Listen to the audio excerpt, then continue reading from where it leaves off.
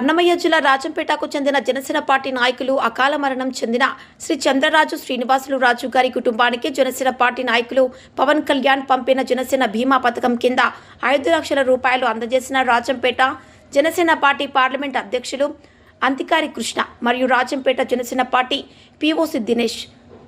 అన్నమయ్య జిల్లా రాజంపేటకు చెందిన జనసేన నాయకులు శ్రీ చంద్రరాజు శ్రీనివాసరాజు అకాల మరణం చెందడంతో జనసేన పార్టీ అధ్యక్షుడు మరియు డిప్యూటీ సీఎం పవన్ కళ్యాణ్ గారు ప్రవేశపెట్టిన జనసేన పార్టీ సభ్యత్వ బీమా ద్వారా 5 లక్షల రూపాయల చెక్కును వారి యొక్క కుటుంబానికి పంపగా జనసేన పార్టీ పార్లమెంట్ సమన్వయకర్త శ్రీ అధికారి కృష్ణ మరియు రాజంపేట జనసేన పార్టీ పీఓసీ అధికారి దినేష్ గార్ల ఆధ్వర్యంలో చెక్కును అందజేయడం జరిగింది.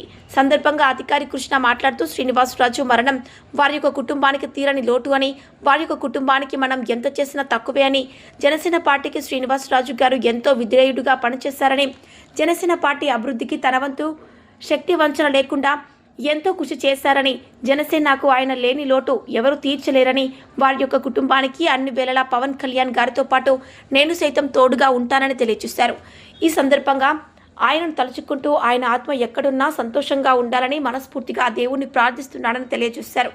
కార్యక్రమంలో కాంగ్రెస్ జనసేన నాయకులు జన సైనికులు పెద్ద ఎత్తున పాల్గొన్నారు. నా పేరు లక్ష్మీదేవి. మా ఊరు ఊట్కూరు గ్రామము రాజంపేట మండలం దగ్గర. మా భర్త పేరు శ్రీనివాసరాజు. యాక్సిడెంట్ అయ్యి అకాల మరణం చెందాడు.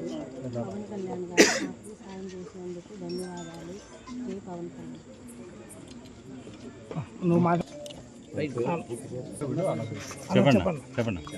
ఈరోజు మేము ఊటుకూరు గ్రామంలో రాయంపేట కాన్స్టిట్యున్సీకి మన చంద్రరాజు శ్రీనివాసరాజు అని మన జనసేన కార్యకర్త జన సైనికుడు అకాల మరణం చెందినాడు.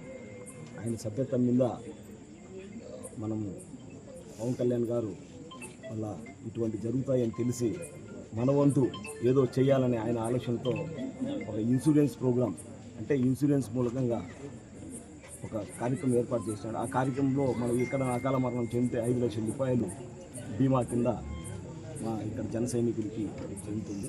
అది ఈరోజు పవన్ కళ్యాణ్ గారి టీం స్వచ్ఛంగా వాళ్ళే వచ్చి ప్రెసిడెంట్ టీం వచ్చి ఇవ్వడం జరిగింది. 5 లక్షల రూపాయలు మన శ్రీనివాస్ గారికి ఇవ్వడం జరిగింది.